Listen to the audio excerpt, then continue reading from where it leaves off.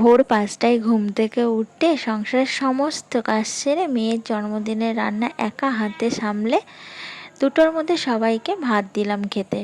শুভ সকাল বন্ধুরা, কেমন আছো তোমরা সবাই? আশা করছি যে যেখানে আছো সবাই খুবই ভালো আছে, সুস্থ আছো। আমি টুকুন লাইফস্টাইল ব্লগে তোমাদের অনেক অনেক স্বাগত ভালোবাসা জানিয়ে আজকে তোমাদের সবাইকে সঙ্গে নিয়ে প্রতিদিনের মতো একটা নতুন ভিডিও শুরু করছি। আশা করছি আমার এই ছোট্ট ভিডিওটা তোমাদের ভীষণই ভালো লাগবে। কেউ স্কিপ না করে পুরো ভিডিওটা দেখার অনুরোধ রইল। তো দেখো, রৌদ্র উঠে না উঠতেই জামা কাপড়গুলো মেলে দিয়েছি। একটু রৌদ্র উঠেছে, আকাশে এখনও মেঘ ভর্তি। কাল পরশু যা বৃষ্টি হলো, জামা কাপড় কিচ্ছু শোকায়নি, সব ভিজে।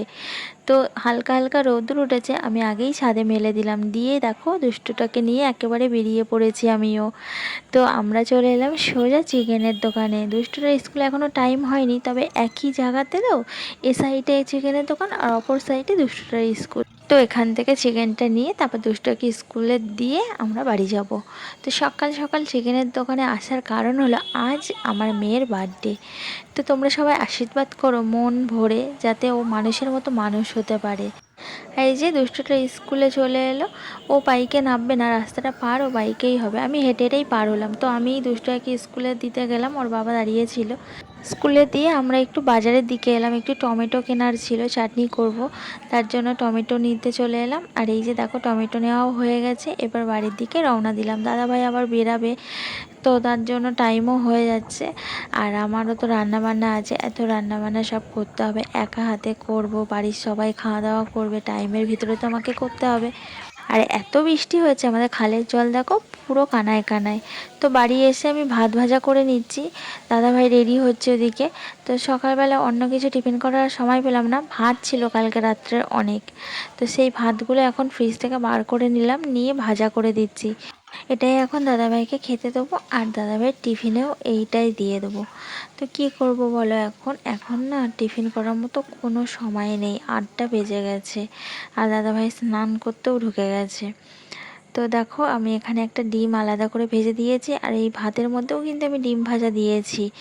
তো দাদাভাই একটু ডিম খেতে ভালোবাসে, তার জন্য একটা আলাদা ডিম ভেজে দিয়েছি। আর এই যে ভাত ভাজা করে দিলাম, দুপুরবেলায় খাবে। আর দাদাভাই এদিকে দেখো খাচ্ছে, এবার রেডি হবে নিচে। তেল বসিয়েছি, মাছ ভাজবো।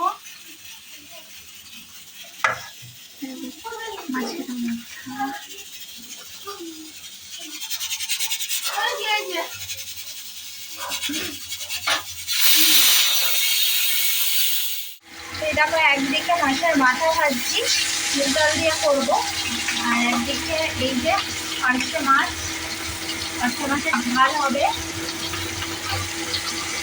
আর ডিমের কারি হবে, আর 5 রকম ভাজা।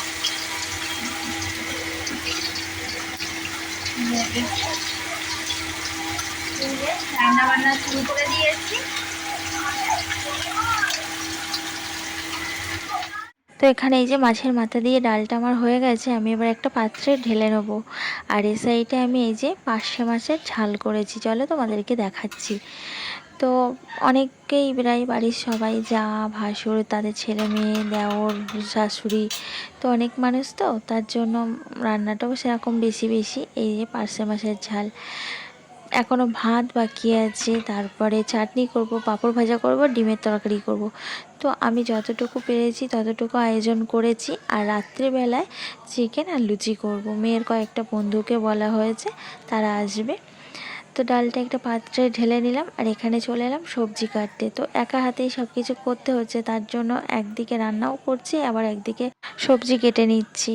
আর এখানে দেখো 5 রকম ভাজা হবে, তার জন্য সবজি কেটে নিয়েছি, ঢ্যাঁড়স কেটে নিয়েছি, আলু কেটে নিয়েছি, কাঁকরোল কেটে নিয়েছি, বেগুন কেটে নিয়েছি, আর একটা যেন কি পটল কেটেছি।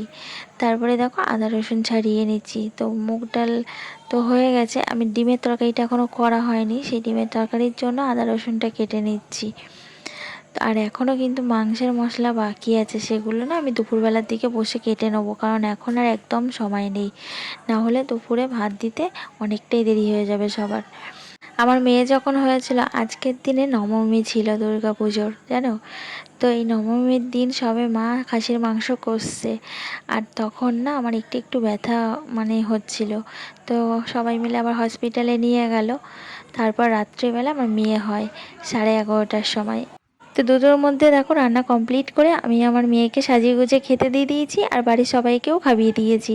রান্না বান্না করেছি, সেই সব বাসন খাওয়া দাওয়া হয়েছে, সেই সব বাসন সব মাজা ধোয়া করে নিচ্ছি। আমার কিন্তু এখনও স্নান হয়নি, এখন 3টে বাজে। তো এবার আমি স্নান করতে যাব ওপরের ঘরটা গুছিয়ে। আর প্রথম মা হওয়ার অনুভূতিটা কিন্তু সব চাইতে আলাদা। ওই ফিলিংস, ওই অনুভূতিটা কখনোই ভোলা যায় না। আমি খুবই অল্প বয়সে মা হয়েছি, 17 বছর বয়সে। এখনকার সময়ে কিন্তু এত কম বয়সে মা হওয়া খুবই কম দেখা যায়। এখন তো 25-26 বছর না হলে কেউ বিয়েই করে না, আর বেবি হতে হতে তো 28, 29, 30 হয়েই যায়। তোমরা হয়তো বিশ্বাস করবে না, আমার বান্ধবীর এই আগের বছরে বিয়ে হলো, এখনও তার বেবি হয়নি। একসাথে পড়তাম, আর আমার মেয়ে হয়ে গেছে, ছেলে হয়ে গেছে, সংসার করছি, এত বছর বিয়ে হয়ে গেছে। আমার বাসনগুলো সব সুন্দর করে ধোয়া মাজা হয়ে গেছে, এবার আমি বাসনের ঝুড়িতে উপর করে দেবো। আর আকাশটা দেখো কত সুন্দর লাগছে, এই মেঘগুলো না আমার ভীষণ ভালো লাগে, ভেজা তুলোর মতো মেঘগুলো, কি সুন্দর লাগে দেখতে। আকাশটা পুরো দেখো জুড়ে এই মেঘগুলো রয়েছে, এত দারুণ লাগছে না। তো রান্নাঘরে আরও কিছু বাসন ছিল, সেগুলো ধুয়ে নিচ্ছি, অনেক বাসন পড়েছে।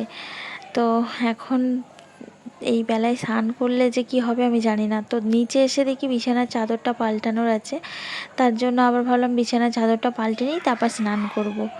তো এই যে দেখো বিছানার একটা নতুন চাদর পেতে নিলাম, একদম নতুন চাদরটা, একদিনও পাতিনি। মেয়ে বললো মা আজকে পাতো তাহলে। তো কেমন লাগছে চাদরটা জানিও কিন্তু অবশ্যই। আর আমার ছেলে আর আমার জায়ের মেয়ে দেখো এত চিল্লাচ্ছে, ওদের জন্য না ভয়েসটাও আমি ঠিক করে দিতে পারছি না। তো চাদরটা আমি সুন্দর করে টান টান করে পেতে নিয়েছি। এই চাদরগুলো না ইলাস্টিক লাগানো চারিধারে। তোমার এই চাদরগুলো ইলাস্টিক গদির সাথে আটকে দিলে আর এক ফোঁটা নড়বে না, চাদরটাও আর হুটকাবে না যতই লাফালাফি করুক এর ওপরে। তো তারপরে একটু এই টেবিলটা গুছিয়ে নিলাম। টেবিলটার উপরে দেখো কত জিনিসপত্র রেখে দিয়েছে, একটু গুছিয়ে রাখলে বলে হয়, তো কেউ গুছিয়ে রাখবে না, যে যেখানে পারবে সে সেখানে সব কিছু রেখে দেবে। তো আমি আছি একমাত্র এইসব দেখে গোছানোর জন্য। তো টেবিলটা সুন্দর করে গোছালাম, আর সব গোছাতে গোছাতে কাজ করতে করতে দেখো কত বেলা হয়ে গেল, 4:45টা বাজে। তো এখন স্নান করলে মাথা আমার যন্ত্রণা তো করবে। এখন দেখে বুঝতে পারছি সন্ধে হয়ে গেছে, দেখো বাইরের দিকটা পুরো অন্ধকার করে এসছে। তো এখন এই যে সবাই স্নান করে এলাম। তো এখন এবার রান্না বান্না করবো রাত্রে, সেটা নেক্সট ব্লগে তোমরা দেখতে পাবে। আজকের মতো এখানেই ব্লগটা শেষ করছি। ভালো লাগলে লাইক করে দিও, আর কমেন্টস করে জানিও কেমন লাগলো। চ্যানেলটা সাবস্ক্রাইব করতে একদম ভুলো না। চলো আজকের মতো ভিডিওটা এখানে শেষ করি, সবাই সুস্থ থেকো।